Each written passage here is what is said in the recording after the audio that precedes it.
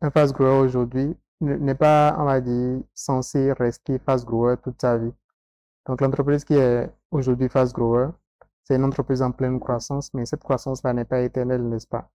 Il va arriver un moment où cette C'est ça. entreprise va saturer son marché. Il va arriver un C'est moment où ça. l'entreprise ne pourra plus acquérir de, comment on dit, de nouvelles parts de marché. Oui. D'accord? Et donc, à ce moment-là, la croissance va commencer par ralentir. Et donc, une action qui Mhm. est fast grower va potentiellement devenir stalwart. Et si ça persiste, si la croissance continue de ralentir, devenir un slow grower. Mhm. Donc, c'est-à-dire une action qui commence par distribuer des dividendes. Et ça fait sens. Mhm. Parce que le management va se retrouver dans une position où on est en train de faire des bénéfices exceptionnels. Donc, la rentabilité est au top, mais on ne peut pas croître le Mhm. bénéfice davantage en réinvestissant. D'accord? Et Mhm. donc, si on ne peut pas faire, Mhm. si on ne peut pas faire croître le bénéfice, qu'est-ce qu'on fait? En investissant, qu'est-ce qu'on fait? On Mhm. sort l'argent tout simplement. Donc, l'argent, C'est ça. si vous voulez, il y a trois moyens d'utiliser l'argent qu'on est en train de générer.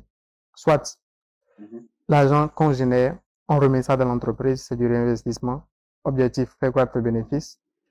Si on ne peut pas faire Mhm. ça, on sort l'argent de deux manières. Soit ça va à la banque, c'est-à-dire on anticipe les annuités ou les mensualités qu'on devait à la banque.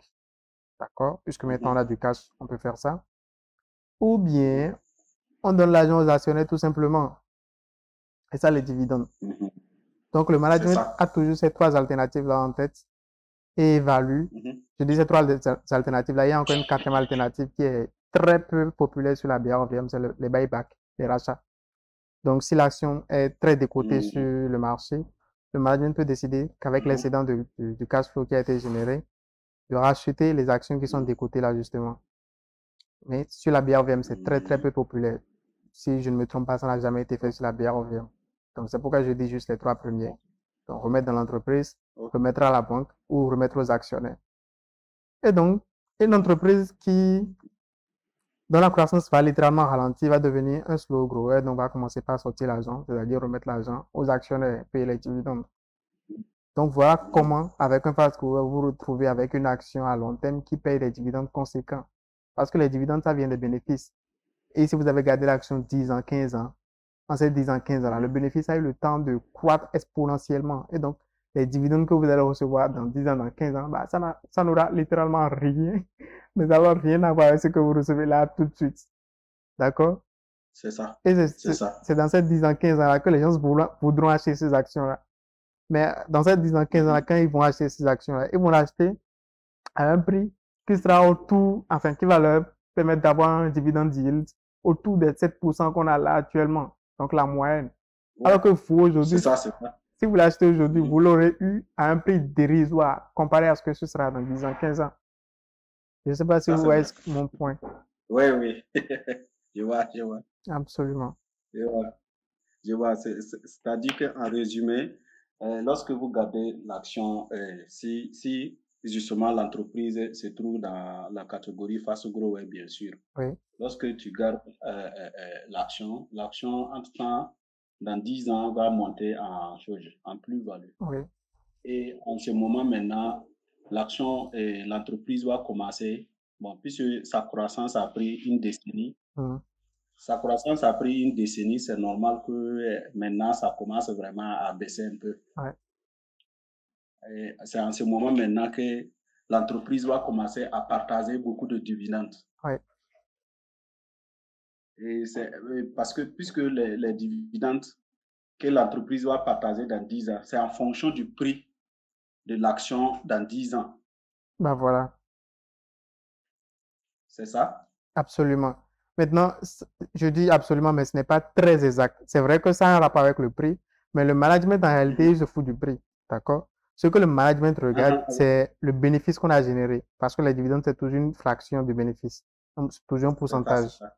D'accord? C'est Maintenant, il se ça. fait que les marchés sont efficients. Et donc, il y a une corrélation entre le bénéfice généré par l'entreprise et le coût de l'action, ce qu'on appelle le PER. D'accord? Et Mhm. donc, c'est aussi vrai de Oui. dire que les dividendes seront plus ou moins, hein, donc dans une plage de 7% autour du prix de l'action. Ce n'est pas Mhm. complètement faux. Vous pouvez voir sur la BRVM, c'est les dividendes les plus faux dans les 10% ou même plus et les plus bas dans les 5-4%, je crois. C'est ça. Mhm. Ouais, ouais. Ok, ok. Je vois maintenant l'avantage de vraiment miser sur les fast growers. Et en ce moment, la liberté financière sera rapidement avec ces catégories d'actions, en fait. Absolument. Voilà, j'ai constaté que c'est une catégorie d'action, c'est une catégorie d'action qui demande moins d'efforts à long terme, quoi. Oui, puisque vous investissez une fois et tout ce que vous avez à faire, c'est patienter. C'est comme Charlie Munger le dit, c'est que comment on fait de l'argent en bourse, c'est en patientant. D'accord? Ce n'est pas en achetant, en revendant, en achetant, non, pas du tout. C'est tu achètes gros une fois et tu t'assois quelque part, quoi, tu oublies.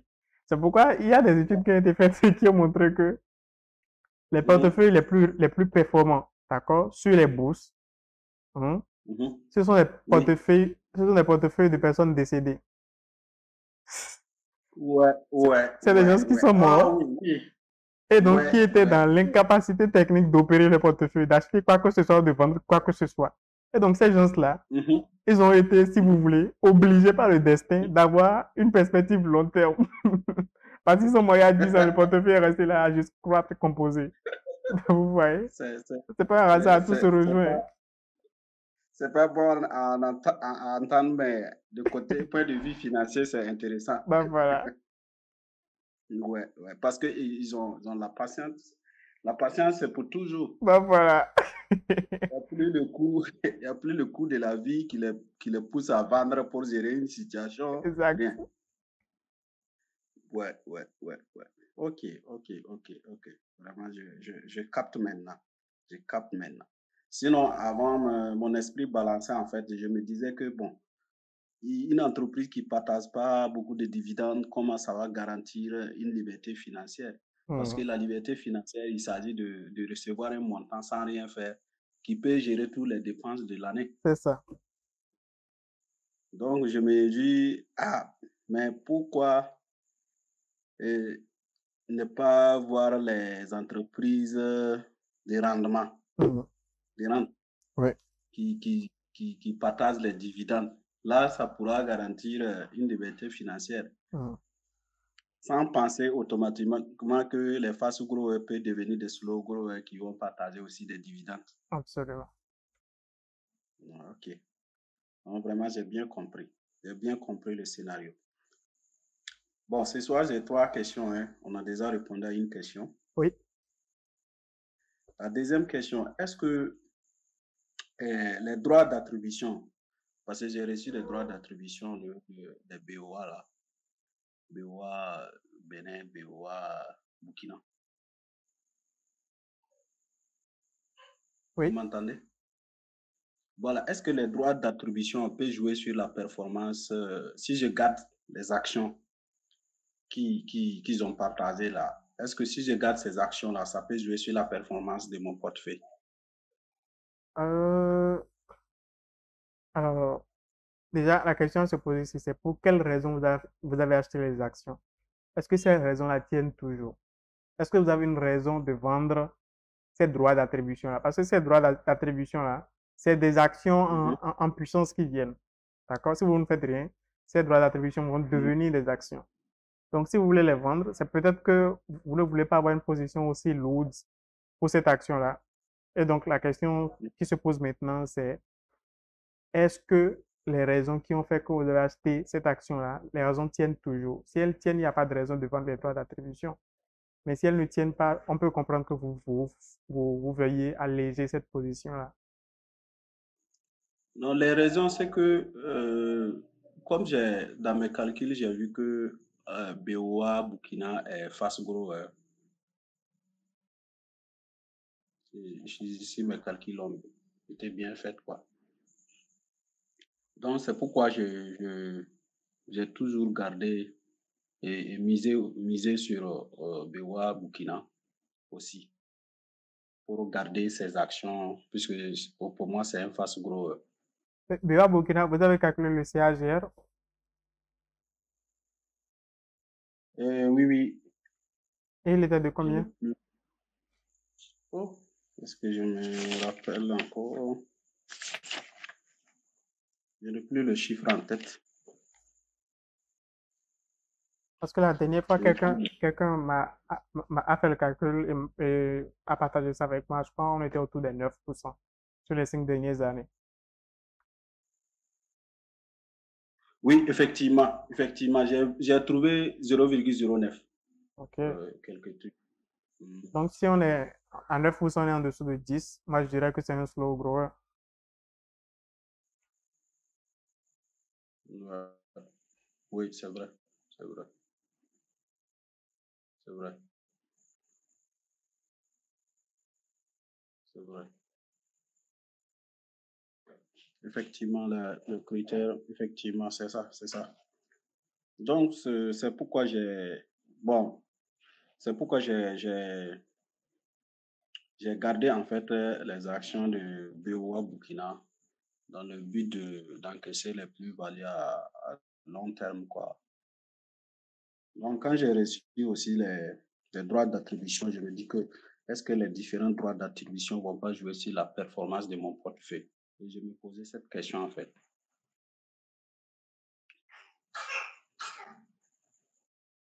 Et donc, puisqu'il s'agit de BOA Burkina Faso, votre position, c'est laquelle? C'est une action que vous voulez vendre sur le court terme ou bien que vous voulez garder sur le long terme? Bon, si l'entreprise n'est pas, comment on appelle ça, si l'entreprise n'est pas fast grower, je vais libérer. Et donc, c'est peut-être le moment justement de vendre des droits d'attribution, histoire d'alléger un peu la position et ensuite, dans le futur, de libérer, enfin, de vendre les actions originales. Ouais, c'est ça. Maintenant, ok.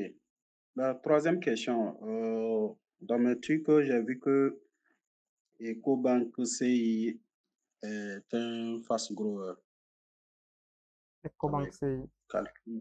OK. Quel est le CAGR? Je ne veux pas. J'ai noté là ces trucs. Je n'ai même pas les calculs là en tête.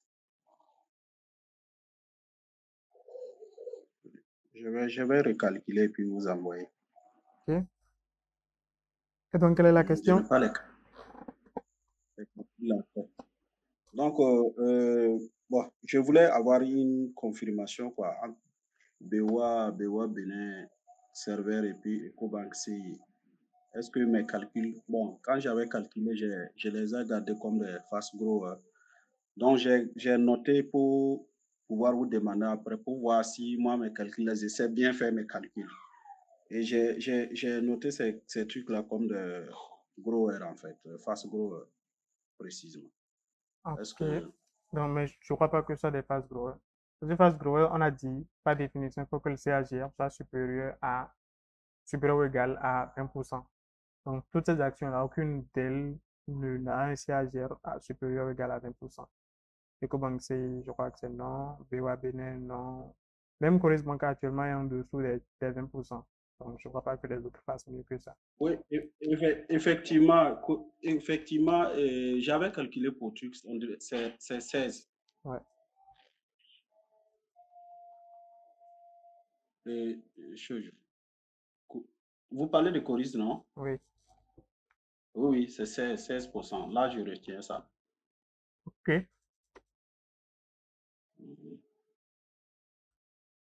Là, je retiens ça. Donc, ce sont des slow growers alors. Des Non. entreprises. Si c'est supérieur à 10%, c'est des stalwarts. Donc, si vous voulez, c'est des intermédiaires entre les slow growers et les fast growers. Ouais, ouais. La résilience, quoi. Oui. OK. Donc, c'était ces questions-là, puisque je suis en train de corriger un peu mon portefeuille là, pour avoir un portefeuille vraiment qui me permettra de garantir ma liberté financière, quoi. Parce que dans ma vision, je cherche dans 10 ans un rendement de 4 millions en fait dans l'année. C'est ça ma vision. OK. Voilà. Donc, c'est pourquoi à chaque fois que je fuis, je reprends les formations, je reprends les vidéos, je suis. Et je vous pose certaines questions stratégiques pour voir si j'ai bien compris. Hmm. Voilà, puisque ce que moi je vise à long terme comme revenu qui va venir de la BRVM, là, c'est 4 millions par an Ok. qui pourra garantir ma liberté financière, quoi. Ouais. Donc, j'ai vu que si j'ai bien compris les formations, pour avoir ça, il faut miser sur les fast growers. Oui. Tout dépend C'est de pourquoi je. la taille actuelle de votre portefeuille. Si la taille actuelle de votre portefeuille est très loin de ce qu'il vous faut pour avoir 4 millions par an, alors oui, fast grower. Mais si vous êtes déjà assez proche de ce qu'il vous faut pour avoir 4 millions par an, vous n'avez pas nécessairement besoin des fast growers. Bon, mais je crois que je suis très loin, hein, Ok. parce que je suis à 1 million et quelques dans le portefeuille. Ok. Donc, je crois que je suis avec les calculs que vous avez montrés dans la formation, les calculs trucs là, comment on appelle ça, où on peut mettre le nombre d'années et puis voilà, et ça va montrer les chiffres là. Oui. Voilà, en s'appuyant sur ces calculs là, je suis encore très très loin. Ok. Donc, c'est pourquoi je cherche à cibler les entreprises qui me permettra d'aller vite, Oui. qui peut faire 20%, voilà, 20%, 22%, 25%, un truc comme ça. Ça fait sens. Puisque je continue de miser chaque mois, en fait. Ok.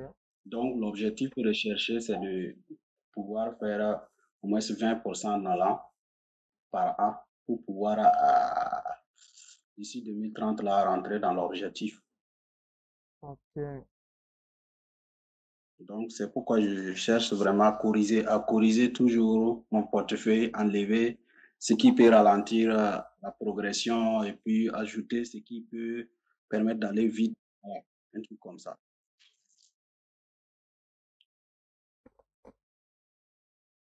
Ok.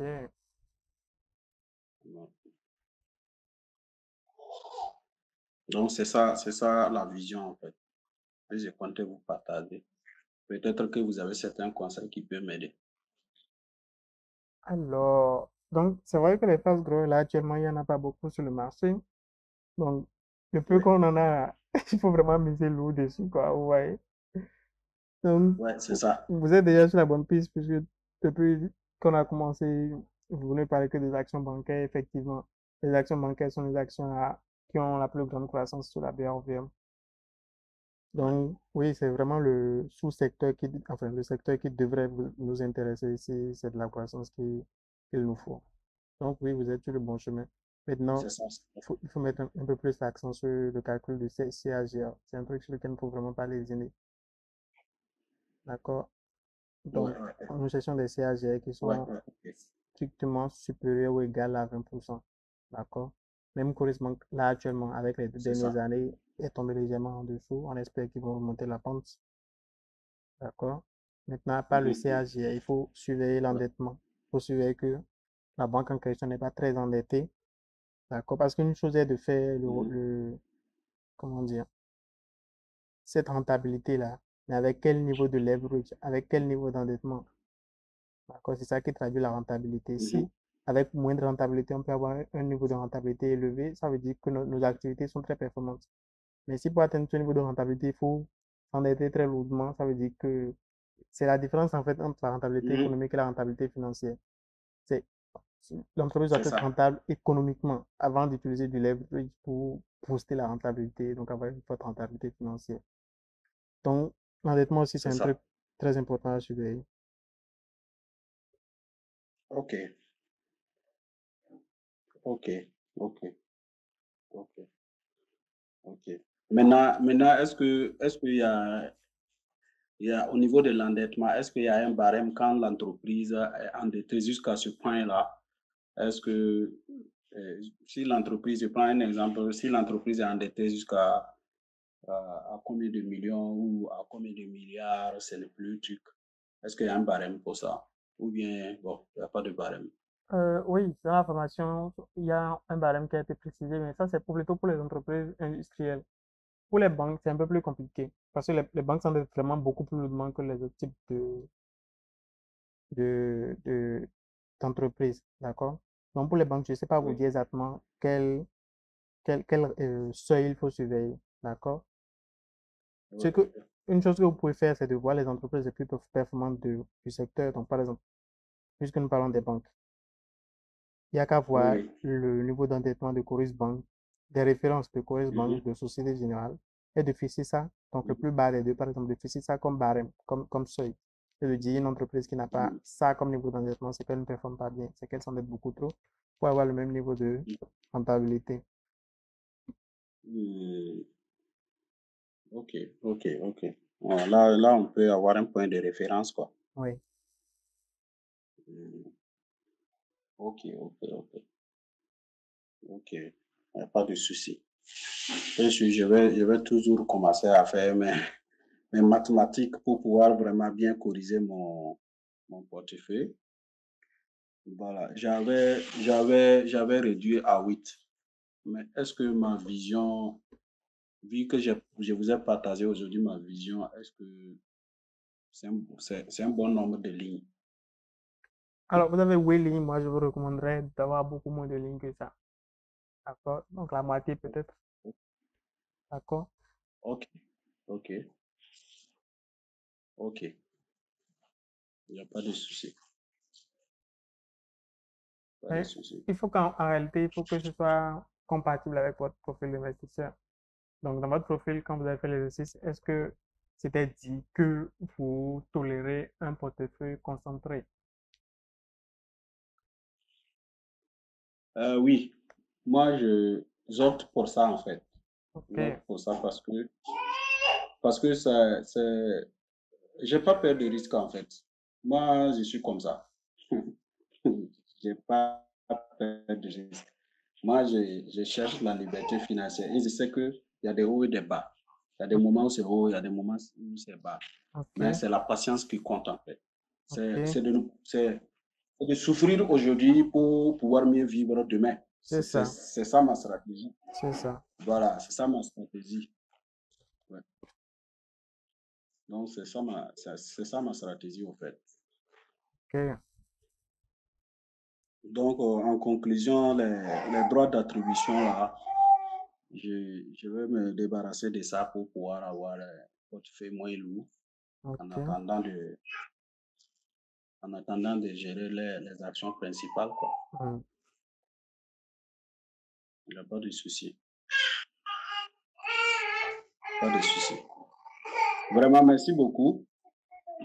Je vous en Je prie. crois que pour aujourd'hui, les questions sont finies. Ok, Voilà, peut-être que quand je vais continuer à suivre les modules là, peut-être que quand il y aura aussi d'autres points qui vont revenir en tête, je vais encore vous contacter. super.